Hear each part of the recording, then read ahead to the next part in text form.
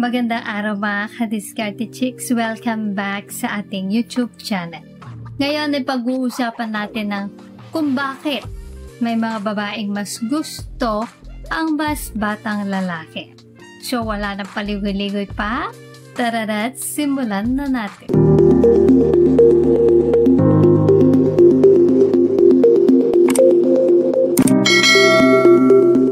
Shoutout nga po pala kina Leo Dapat from Garita, San Enrique, Iloilo. Ex Honrado, John Lapas Constante, Maharlika Bisi, Batusay Kenshin, Jerlan Evangelio, Chris David, Aslan Anwar, Raul Llanos, Marky Jaco, at kay Bernardino Palapar. Maraming salamat po sa suporta at panonood ng aking mga videos. So, let's start. Mga guys, usually kaming mga babae, ang ginojowa namin ay kasing edad namin o mas may edad sa amin. Meron ngang mas gusto na talagang medyo malayo ang agwat ng lalaki sa kanila eh.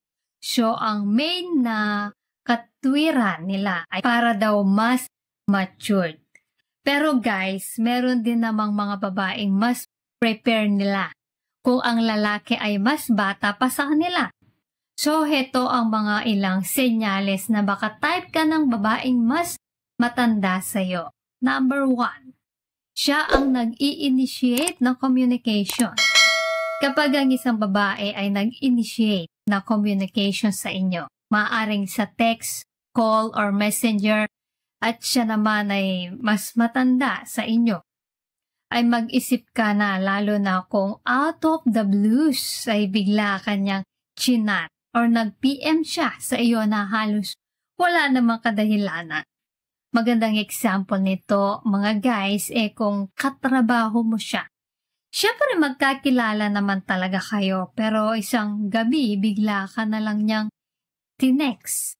So, mapapaisip ka ngayon, lalo na't walang kinalaman naman sa trabaho ninyo ang message niya. Yung tipong nangangamusta lang siya sa iyo. Ganun at kapag nag-reply ka naman ay tuloy-tuloy pa rin ang reply din niya. So, malaki ang chance na nagpapahiwatig siya sa iyo ng interest. Number 2, naaya ka niyang mag-date. Heto guys, sobrang obvious na ito kapag yung girl na mismo ang nag-aya sa iyong lumabas o makipag-date. Halimbawa, sa day off mo, tinanong ka niya, Mike, may gagawin ka ba sa Sunday? Tara, labas naman tayo. Yung mga ganyang tipo ng message, naku, malaki ang chance na interesado siya sa iyo. Lalo na't kung halimbawang tumanggi ka. For example, at sinabi mo na wala ka pang budget. Tapos nag-reply siya na ang bahala. Nako guys, yun na yun. Number 3, inaaya ka niya sa kanila.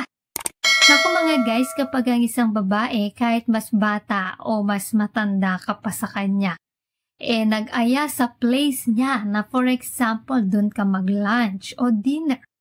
Nako malamang, may gusto nga siya sa iyo. Baka ikaw pa nga ang gawin niyang dinner eh.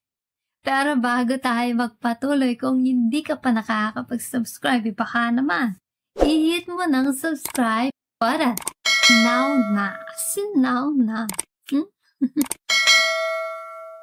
Number 4, interesado siya sa love life mo.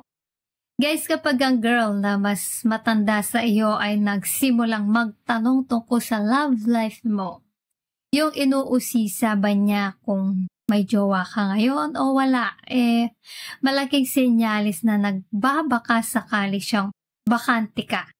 At baka po pwede mo siyang i-consider o baka inaalam niya ang love life history mo.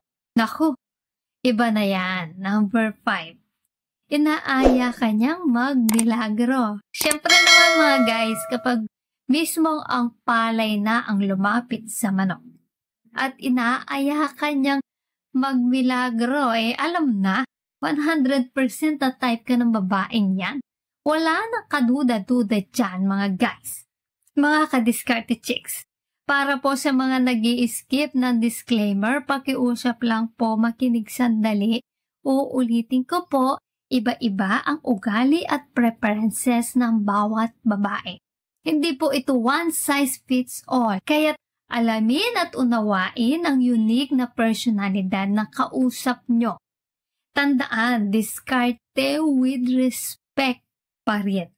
So, number 6, mas challenging at exciting. Guys, siguro kung may isang nangingibabaw na dahilan kung bakit gugustuhin namin ang mas bata kesa sa amin ay yung obvious na advantage ng mas bata, yung syempre mas aggressive. Ang bata, pagdating sa pakbakan o digmaan, nandoon din dun yung challenge sa babae, nakakayanin ba niya ang mga tantrums o pag-uugali at immaturity ng isang mas batang lalaki.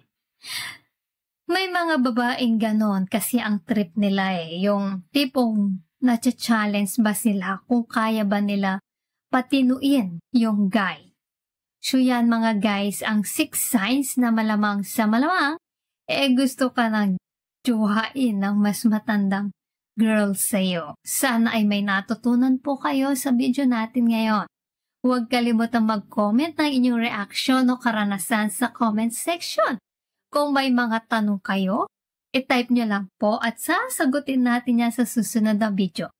Kung nagustuhan nyo po ang video na ito, ay huwag kalimutang mag-like, share, and subscribe para sa iba pang useful na content tulad nito.